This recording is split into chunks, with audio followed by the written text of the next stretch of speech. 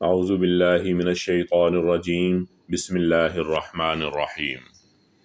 کہتے ہیں یہ کیسا رسول ہے جو کھانا کھاتا ہے اور بازاروں میں چلتا پھرتا ہے، کیوں نہ اس کے پاس کوئی فرشتہ بھیجا گیا جو اس کے ساتھ رہتا اور نہ ماننے والوں کو ڈراتا دھمکاتا، یا اور کچھ نہیں تو اس کے لیے کوئی خزانہ ہی اتار دیا جاتا، یا اس کے پاس کوئی باغ ہی ہوتا جس سے یہ اطمینان کی روزی حاصل کرتا۔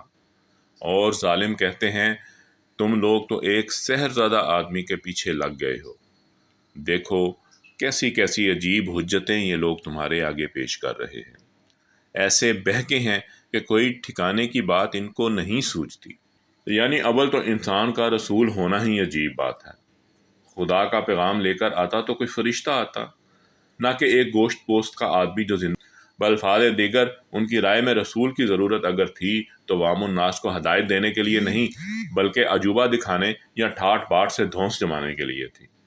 یعنی اگر آدمی ہی کو نبی بنایا گیا ہوتا تو ایک فرشتہ اس کے ساتھ کر دیا جاتا جو ہر وقت کوڑا ہاتھ میں لیے رہتا، لوگوں سے کہتا کہ مانو اس کی بات ورنہ ابھی خدا کا عذاب برسا دیتا ہوں۔ یہ تو بڑی عجیب بات ہے کہ کائنات کا مالک ایک ایسے شخص کو نبوت کا جلیل القدر منصب عطا کر کے بس یوں ہی اکیلا چھوڑ دے اور وہ لوگوں سے پتھر اور گالیاں کھاتا پھرے کہ ہم اللہ رب العالمین کے پیغمبر ہیں۔ یعنی دیوانہ اہل عرب کے نزدیک دیوانگی کے دو ہی وجود ہیں، یا تو کسی پر جن کا سایہ ہو گیا ہو یا کسی دشمن نے جادو کر کے پاگل بنا دیا ہو۔ ایک تیسری وجہ ان کے نزدیک اور بھی تھی، وہ یہ کہ کسی دیوی یا دیوتا کی شان میں آدمی کوئی گستاخی کر بیٹھا ہو اور اس کی مار پڑ گئی ہو۔ کفار مکہ وقتاً فوقتاً یہ تینوں وجوہ نبی صلی اللہ علیہ وآلہ وسلم کے متعلق بیان کیا کرتے تھے۔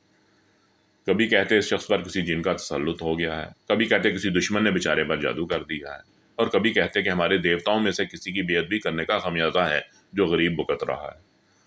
لیکن ساتھ ہی اتنا ہوشیار بھی مانتے تھے کہ اس نے ایک ایسا ادارہ قائم کر رکھا ہے جہاں سے پرانی کتابوں کے اقتباسات نکلوا کر یاد کرتا ہے، اور مزید برآں وہ آپ کو ساحر اور جادوگر بھی کہتے تھے، گویا آپ ان کے نزدیک مسحور بھی تھے اور ساحر بھی۔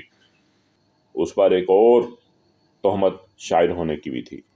یہ اعتراضات بھی جواب دینے کے لیے نہیں بلکہ یہ بتانے کے لیے ہیں کہ جو اعتراض کیا کرتے تھے وہ کس قدر تعصب میں اندھے ہو چکے۔ ان کی جو باتیں اوپر بیان کی گئی ہیں ان میں سے کوئی بھی اس لائق نہیں کہ اس پر سنجیدگی کے ساتھ بحث کی جائے۔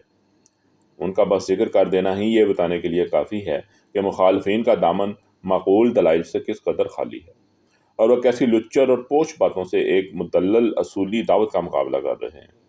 ایک شخص کہتا ہے لوگوں یہ شرک جس پر تمہارے مذہب و تمدن کی بنیاد قائم ہے ایک غلط عقیدہ ہے، اور اس کے غلط ہونے کے یہ اور یہ دلائل ہیں۔ جواب میں شرک کے برحق ہونے پر کوئی دلیل قائم نہیں کی جاتی، بس حوالہ کر دیا جاتا ہے کہ یہ جادو کا مارا ہوا آدمی ہے۔ وہ کہتا ہے کہ کائنات کا سارا نظام توحید پر چل رہا ہے اور یہ حقائق ہیں جو اس کی شہادت دیتے ہیں۔ جواب میں شور بلند ہوتا ہے جادوگر ہے۔ وہ کہتا ہے تم دنیا میں شتر بے مہار بنا کر نہیں چھوڑ دیے گئے ہو، تمہیں اپنے رب کے پاس پلٹ کر جانا ہے، دوسری زندگی میں اپنے اعمال کا حساب دینا ہے، اور یہ اس حقیقت پر یہ اخلاقی اور تاریخی اور یہ علمی اور عقلی امور دلالت کر رہے ہیں۔ جواب میں کہا جاتا ہے شاعر ہے۔ وہ کہتا ہے کہ میں خدا کی طرف سے تمہارے لیے تعلیم حق لے کر آیا ہوں، اور یہ ہے وہ تعلیم۔ جواب میں اس تعلیم پر کوئی بحث و تنقید نہیں ہوتی، بس بلا ثبوت ایک الزام چسپاں کر دیا جاتا ہے کہ یہ سب کچھ کہیں سے نقل کر لیا گیا ہے۔ وہ اپنی رسالت کے ثبوت میں خدا کے موجزانہ کلام کو پیش کرتا ہے، خود اپنی زندگی اور اپنی سیرت و کردار کو پیش کرتا ہے، اور اس اخلاقی انقلاب کو پیش کرتا ہے جو اس کے اثر سے اس کے پیرووں کی زندگی میں ہو رہا تھا۔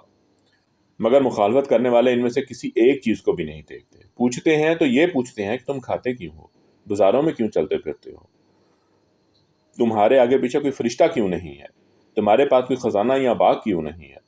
یہ باتیں خود ہی بتا رہی تھی کہ فریقین میں سے حق پر کون ہے اور کون اس کے مقابلے میں عاجز ہو کر بے تکی ہانک رہا ہے۔